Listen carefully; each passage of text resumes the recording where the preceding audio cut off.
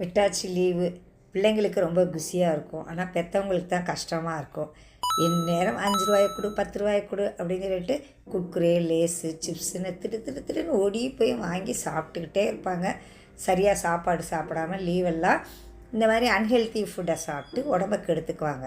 அதுக்கு நம்ம பெற்றவங்களே காசை கொடுக்குறத விட்டுட்டு 1/2 கிலோ மாவு தான் ஆகும். வீட்டில் இருக்க மாவு இல்லை வாங்கியும் செய்யலாம். சூப்பரான சுவையில் முறுமுறுன்னு ரிப்பன் பக்கோடா அவங்க விரும்புகிற மாதிரி நல்லா ஸ்பைஸியாக டேஸ்ட்டாக மொறுமொறுன்னு ரிப்பன் பக்கோடா செஞ்சு கொடுக்கும்போது குழந்தைங்க மட்டும் இல்லை, நம்ம எல்லாருமே சாப்பிட்டுக்கலாம். 1/2 கிலோ மாவுக்குள்ளே நம்ம பிழிஞ்சாலே போதும், ஒரு குடும்பத்துக்கு தேவையான ஸ்நாக்ஸ் கிடச்சிரும். எப்படி செய்யலாம் பார்க்கலாம் வாங்க. ஒரு சின்ன கப்பு தான் எடுத்திருக்கேன். அதில் வந்து பொரிகடலை மாவு அதளவுக்கு நல்லா உணுக்கி சளிச்சு எடுத்துக்கிட்டேன். அதே அளவு 1 கப்பு கடல மாவு, அதே கப்பில் வந்து 2 கப் அரிசி மாவு. நம்ம வந்து இந்த கடல மாவு டேஸ்ட் அதிகம் பிடிக்காதவங்க இந்த மாதிரி ரிப்பன் பக்கோடா செஞ்சு சாப்பிடும் போது நல்லாயிருக்கும். சீவல் சொன்னால் கடல மாவு டேஸ்ட் அதிகமாக இருக்கும். அவ்வளோதான். இப்போ நல்லா மாவை சளிச்சிட்டு இந்த மாதிரி ஒரு பெரிய பேசினில் எடுத்துக்கணும்.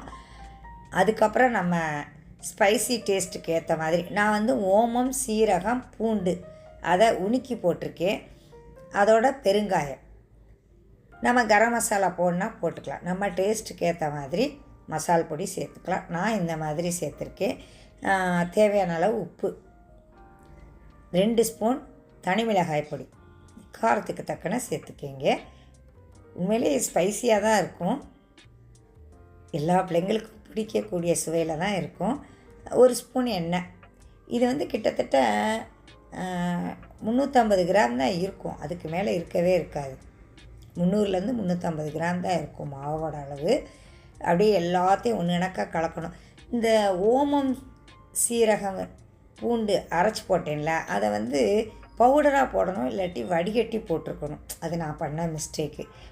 அப்போ தான் கண்ணில் அடைக்காமல் இருக்கும். இப்போ எல்லாத்தையும் உப்பு எல்லாம் மசால் பொடி எல்லாம் கலந்த பிறகு தண்ணி கொஞ்சம் கொஞ்சமாக ஊற்றணும். ஊற்றி பிணையணும். முறுக்கு மாவு பதத்துக்கு தான் பிணையணும். ரொம்ப கெட்டியாகவும் இல்லாமல் ரொம்ப இலக்கமாகவும் இல்லாமல் பிணையும் போது ஈஸியாக இருக்கும். பிணையிறதுக்கு ஒன்றும் கஷ்டமே இல்லை. எவ்வளோ ஈஸியாக பிணைஞ்சிடலாம் பாருங்களேன். அதிக எஃபர்ட் எடுக்கணும்னு அவசியமே கிடையாது. ரொம்ப சுலபமாக செஞ்சிடலாம். நீங்கள் செய்யாமல் இருக்கிறதுனால தான் உங்களுக்கு அது யோசனையாக இருக்குது. கஷ்டமாக இருக்கும், நமக்கெலாம் ஸ்நாக்ஸ் செய்ய வருமோ அப்படின்னு. செஞ்சு பாருங்கள். இந்த மாதிரி கொஞ்சோண்டு மாவு எடுத்து செஞ்சு பாருங்கள். அதுக்கப்புறம் உங்களுக்கே ஆசையாக இருக்கும். லீவில் நம்ம குழந்தைங்களுக்கு இந்த மாதிரி செஞ்சு கொடுத்தோன்னா ஒரு ஆரோக்கியமான ஸ்நாக்ஸாக இருக்கும். கண்ட ஸ்நாக்ஸை கொடுத்து பிள்ளைங்களோட ஆரோக்கியத்தை நம்மளே கெடுத்துக்கக்கூடாது. நம்ம முயற்சி எடுக்கும் போது தான் நம்ம பிள்ளைங்களும் வந்து ஆசாசையாக சாப்பிடுவாங்க.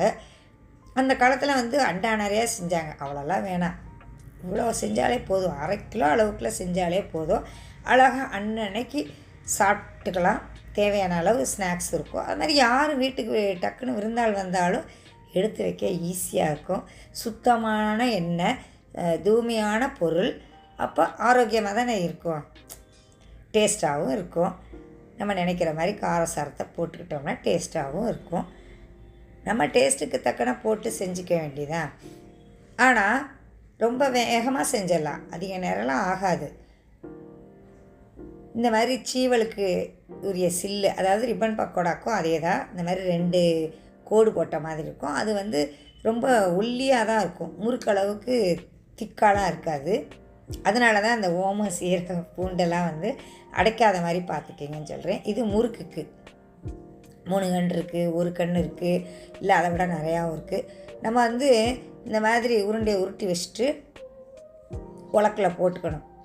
நான் வந்து பெரிய சட்டியாக வச்சுருக்கேன். நீங்கள் பெரிய எண்ணெய் அதிகம் ஆகும் அப்படிலாம் பயப்படலாம் தேவையில்லை. அளவான சட்டியை வச்சுக்கிட்டு அளவான எண்ணெயை ஊற்றிட்டு எண்ணெய் காஞ்சிருச்சான்னு கொஞ்சோண்டு மாவை போட்டு பார்க்கணும். அதாவது அது எம்பி வந்துருச்சுன்னு சொன்னால் புளிய ஆரம்பிச்சிடலாம். சீவல்னு சொன்னோம்னா அப்படியே தொடர்ந்து புளிவோம். ஆனால் ரிப்பன் சொன்னால் விட்டு விட்டு புளிஞ்சால் போதும். எனக்கு அந்த ஓமம் சீரகம் வெள்ளைப்பூடு வந்து கொஞ்சம் அடைச்சிச்சு. நீங்கள் யாரும் அந்த தப்பை பண்ணிடாதீங்க. ஒன்று நல்லா பவுடராக போடுங்க, இல்லாட்டி அதை வந்து தண்ணியில் கலக்கிட்டு வடிகட்டி போடுங்க. அப்போ தான் வந்து அடைக்காமல் இருக்கும். பாருங்களேன், சூப்பராக வந்திருக்கு. உடனே கரண்டியை விட்டு நோண்டக்கூடாது, உடஞ்சிரும். ஒரு 2 நிமிஷம் டைம் கேப் விட்டுட்டு அதுக்கப்புறம் இந்த பக்கம் அந்த பக்கம்னு திருப்பி போட்டு முழுசாக ஒரே மாதிரி வெந்ததும் எடுத்துடணும். இந்த மாதிரி கொஞ்சம் முன்னாடி எடுக்கிறதுனால தப்பு கிடையாது. ஏன்னா அன்னன்னைக்கு சாப்பிடும்போது நமக்கு அப்படியே எடுத்துடலாம் நல்லா தங்க கலரில். நான் வந்து கொண்டு போனேன் வெளியூருக்கு 2-3 நாள் கழித்து, அதனால் கொஞ்சம் செவக்க விட்டு எடுத்தேன். அந்த எண்ணெய் அடங்கினதுமே நம்ம எண்ணெயோட அந்த முறை அடங்கினதுமே நம்ம வந்து எடுத்துடலாம். அவ்வளோதான். இப்போ முதல்ல போட்டனால ரொம்ப கம்மியாக போட்டிருக்கேன். இருந்தாலும் ஒன்றுக்கு ஒன்று ஒட்டாத அளவுக்கு நம்ம புளிஞ்சு விடணும். ஏன்னா அந்த எண்ணெய் அளவுக்கு தான் புளியணும்.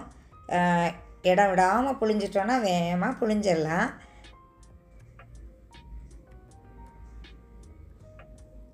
செஞ்சு பார்த்தா தானே தெரியும். எல்லாத்தையும் கஷ்டம்னு நினச்சிட்டு நம்ம செய்யாமே விட்டுட்டோன்னா பிள்ளைங்களுக்கு ருசியான பலகாரம் கிடைக்காதுல்ல உங்கள் கையால். நம்ம செய்யும் போது அதையே தொடர்ந்து நம்ம குழந்தைங்களும் செய்வாங்க. நம்ம அம்மா அப்பா வீட்டிலே செஞ்சு கொடுத்தாங்கள, கடையில் வாங்கலைல, அதனால் நம்மளும் இந்த மாதிரி ஆரோக்கியங்காக்கு ஸ்நாக்ஸ் செய்யலாம் அப்படின்னு எல்லாருக்கும் ஆசை வரும். நம்ம தான் அளவாக செய்கிறோம்லப்பா, ரொம்ப ரிஸ்கே கிடையாது. எல்லாம் வீட்டில் இருக்க பொருளை வச்சே செஞ்சிடலாம். அவ்வளோ கஷ்டமே கிடையாது. வீட்டில் அரைச்சி வச்ச மாவு, அரிசி மாவு இருந்தாலே போதும். எப்படி நம்ம கொழுக்கட்டை இடியாப்பத்துக்கு அரைச்சி வச்சுருப்போம்ல, அந்த அரிசி மாவு தான். எந்த அரிசி மாவுனாலும் பரவாயில்ல. பார்த்தீங்களா, சூப்பராக ரெடி ஆயிடுச்சா? அதிக நேரம் எடுக்கவே இல்லை. ஆனால் வந்து கொஞ்சோண்டு மாவுலே இந்த பேசின் நிறையா வந்துருச்சு. எவ்வளோ சந்தோஷமாக இருக்குது. கடையில் போய் 50 ரூபா கொடுத்து வாங்கினேனாலும் ஒரு ஆள் திருப்தியாக சாப்பிட முடியுமான்னு தெரியாது. ஆனால் இது 50 ரூபாய்க்குள்ளே வந்து 5 பேர் சாப்பிட்ற அளவுக்கு, ஆசாசியாக சாப்பிட்ற அளவுக்கு ரிப்பன் பக்கோடா ரெடி ஆயிடுச்சு.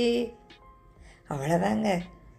இந்த மாதிரி நீங்கள் செஞ்சு நிரப்பி வச்சு உங்கள் குழந்தைகளுக்கும் உங்கள் வீட்டுக்கு வர விருந்தாளுக்கும் கொடுக்கும்போது எவ்வளோ சந்தோஷமாக இருக்கும். உங்கள் கைப்பட அன்பாக ஆசையாக செஞ்சதை ருசித்து சாப்பிடும் போது உங்கள் டேஸ்ட்டுக்கு ஏற்ற மாதிரி ரசனையோடு போட்டு செய்யும் போது எவ்வளவு நல்லாயிருக்கும். கண்ட நொறுக்கி தீனியை வாங்கி சாப்பிட்றதுக்கு ஒரு நாள் இது மாதிரி செய்யுங்க. ஒரு நாள் பழம் வாங்கி சாப்பிடுங்க. இந்த மாதிரி ஹெல்த்தியான ஃபுட்டாக சாப்பிட்டு உங்கள் குழந்தைகளோட ஆரோக்கியத்தையும் உங்களோட ஆரோக்கியத்தையும் பார்த்துக்கிங்க. பாருங்கள் எவ்வளோ மொறுன்னு வந்திருக்கு. சூப்பராக இருக்கும். நான் செஞ்சு பாருங்கள். நன்றி. Take care. Bye bye. See you.